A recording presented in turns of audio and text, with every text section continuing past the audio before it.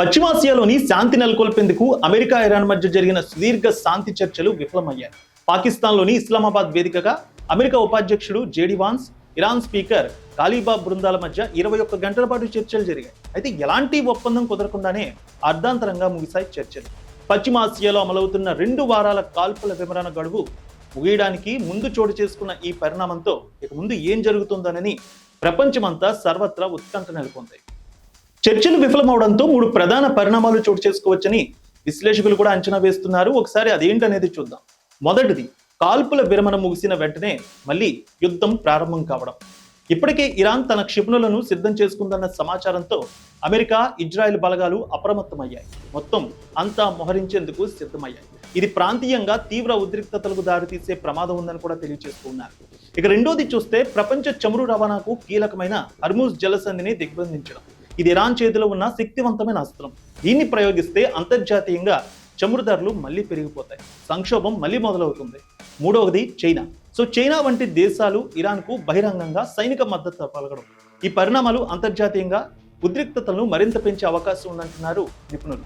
ఇక పట్టు వీడని ఇరు దేశాల గురించి చూస్తే, చర్చల సందర్భంగా తమపై విధించిన ఆంక్షలను పూర్తిగా ఎత్తివేయాలని ఇరాన్ పట్టుబడుతోంది.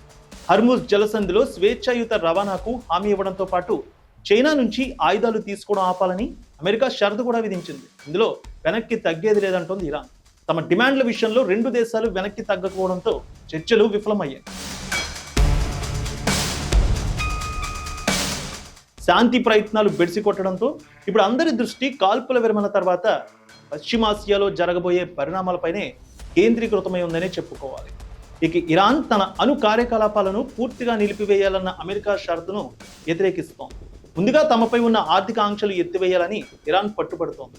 షరతులు పాటిస్తేనే ఆంక్షల తొలగింపు ఉంటుందని అమెరికా తేల్చి చెప్పింది.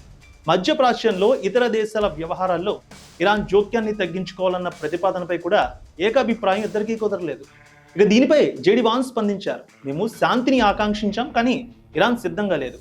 మా దేశ ప్రయోజనాల విషయంలో రాజీ పడే ప్రసక్తే లేదు. ఇరాన్ మా షరతులను అంగీకరించడం లేదు. అందుకే చర్చల కోసం వెళ్ళిన తాము తిరిగి అమెరికా వస్తున్నాం. ఇరాన్ మొండి వైఖరి వల్లే చర్చలు కొలిక్కి రాలేదని ఆయన ఆరోపణలు చేశారు. అణ్వాయుధాల తయారీని పూర్తిగా నిలిపివేయాలన్న తమ షరతుని ఇరాన్ ఒప్పుకోలేదని, ఈ ఒప్పందం కుదరకపోవడం అమెరికా కంటే ఇరాన్కే ఎక్కువ నష్టమని ఆయన వ్యాఖ్యలు చేశారు. ఇక అమెరికా చేస్తున్న ఆమోదం యోగ్యం కాని డిమాండ్ వల్లే చర్చలు ఇలా అసంపూర్తిగా ముగిశాయని ఇరాన్ కూడా ప్రకటన చేసింది.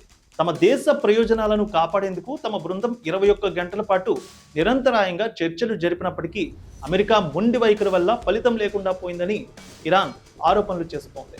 తమ అణు హక్కులను వదులుకోబోమని, అలాగే హర్ముజ్ జలసంధిపై నియంత్రణ విషయంలో రాజీ పడే ప్రసక్తే లేదని ఇరాన్ స్పష్టం చేసింది. ఈ చర్చల వైఫల్యంతో మధ్యప్రాచ్యంలో మరోసారి ఉద్రిక్తతలు తీవ్ర స్థాయికి చేరుకునే అవకాశం ఉంది. అగ్రరాజ్యం ఎలాంటి కఠిన నిర్ణయాలు తీసుకుంటుందన్నది ఇప్పుడు సర్వత్రా ఆసక్తిగా మారింది. ఈ పరిణామాల నేపథ్యంలో ముడి చమురు ధరలపై, అంతర్జాతీయ మార్కెట్లపై కూడా ఇది ప్రభావం పడే అవకాశం ఉన్నట్టున్నారు ఆర్థిక నిపుణులు విశ్లేషిస్తూ ఉన్నారు.